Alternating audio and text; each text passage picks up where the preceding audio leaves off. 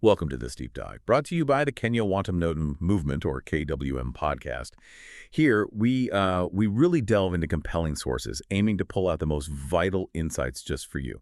Today, we're taking a pretty significant plunge into content right from the Kenya Wantam Notam Movement's website, specifically an article that really caught our eye titled Makau Mutua's Double Standards. Our goal here is to unpack the arguments, understand the perspective it offers on consistency and leadership in Kenyan politics. Absolutely. And what's striking about this piece is how it immediately zeroes in on integrity and, well, the complicated dance of political maneuvering. It's not just laying out facts. It's really inviting you, the listener, to think critically about public figures and how their positions might shift or seem to shift. Okay, so let's unpack this then. The article kicks things off by focusing on Makau Mutua.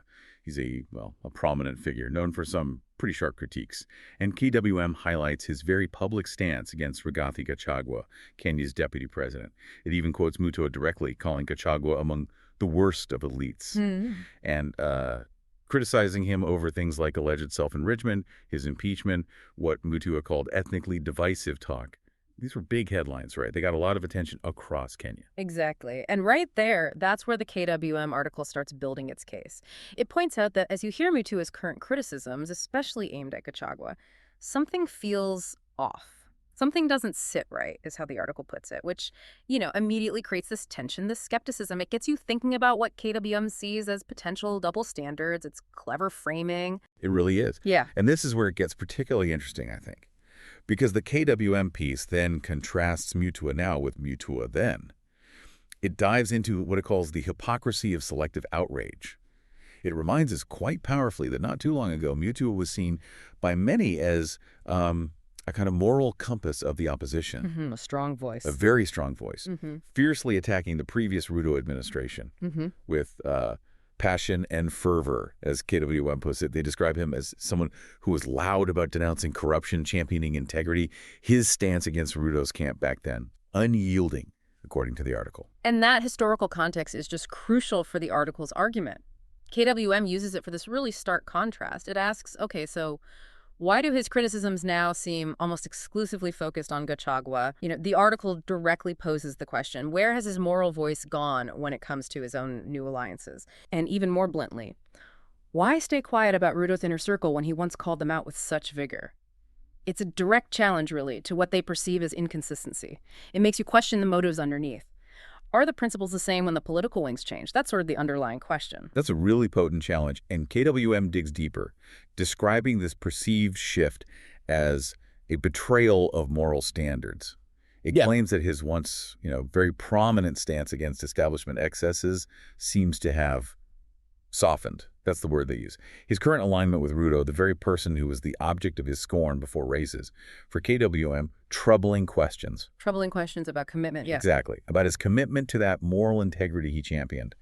The article points specifically to what it calls his deafening silence on alleged corruption within the current Ruto government. And this leads the KWM analysis to conclude, it leaves this unsettling feeling, a sense that maybe his principles weren't quite as solid as people thought.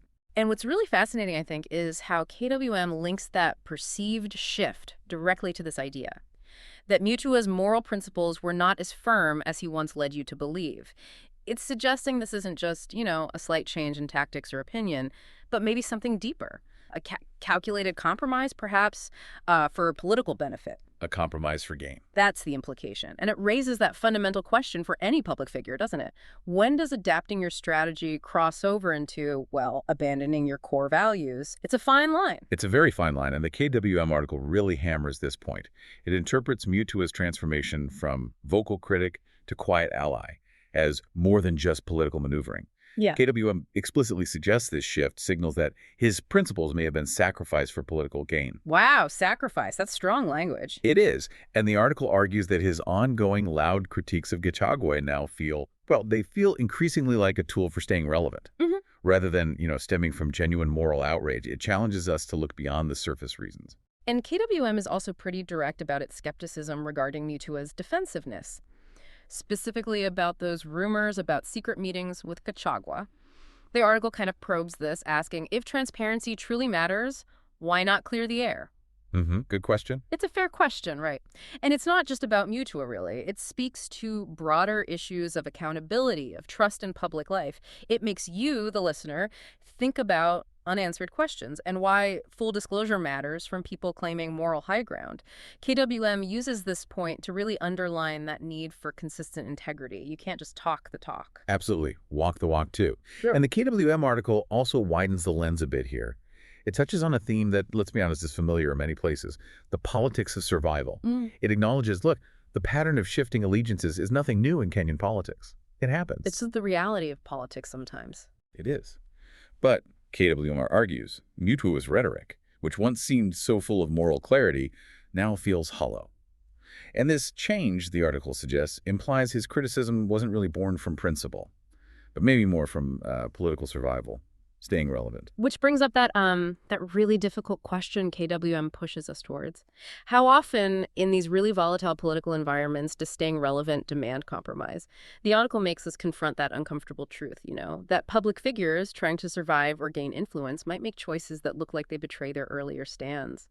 It's not just a Kenyan issue, obviously. It's a universal political dilemma, and it's a key thing KWM wants us thinking about. Definitely something to think about. And look, if you're finding this deep dive into Kenyan political dynamics and these critical views from the Kenya Wantam Notam movement interesting, and maybe you want to explore more of their discussions, their ideas, you should visit their website. It's www.wantamnotam.com. It's set up as a space for Kenyans to share ideas that can help change villages, cities, the whole nation. So visit www.wantamnotam.com. You can create an account there. Start sharing your own thoughts.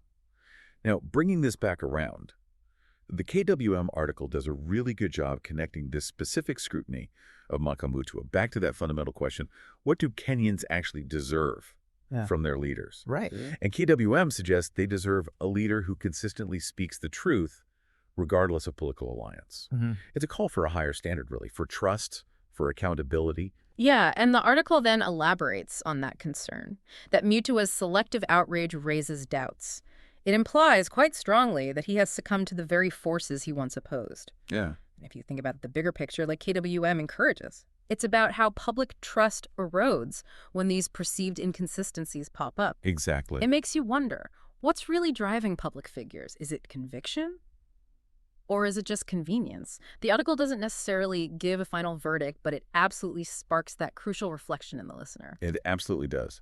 And the KWM article, as it wraps up, leaves you with some really potent, lingering questions. It asks, point blank, can Kenya trust a leader whose criticisms are guided more by political convenience than by moral conviction? And maybe the most provocative one.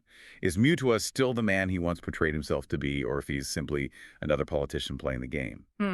These aren't easy questions. They go right to the heart of integrity in public life. For sure. And KWM finishes up by saying, look, whatever the answers are, this is a conversation worth having, which really highlights how important public scrutiny is, keeping leaders accountable. So for you listening, maybe think about that ongoing challenge we all face as citizens, right, in any society. How do you figure out what's genuine principle versus just smart political moves, especially when allegiances shift? What does real leadership look like when things are constantly changing? And how do we make sure it's actually serving the public good? That's the tough part. That is the tough part. So just to quickly summarize our deep dive today, this article from the Kenya Wantam Notam movement offers a pretty sharp look at political integrity, using Makau Mutua's evolving public stance as a powerful case study. It raises those big questions about consistency, loyalty, motivations, and leadership, particularly in the Kenyan context. It really pushes us to think about the standards we expect from public figures. And once again, if you want to explore these discussions further and the ideas shared by the Kenya Wantam Notam movement, go check out www.wantamnotam.com. You can create an account there, share your own ideas, join the conversation about changing your village, your city, your nation. Thank you for listening to the Kenya Wantam Notam Movement, KWM podcast.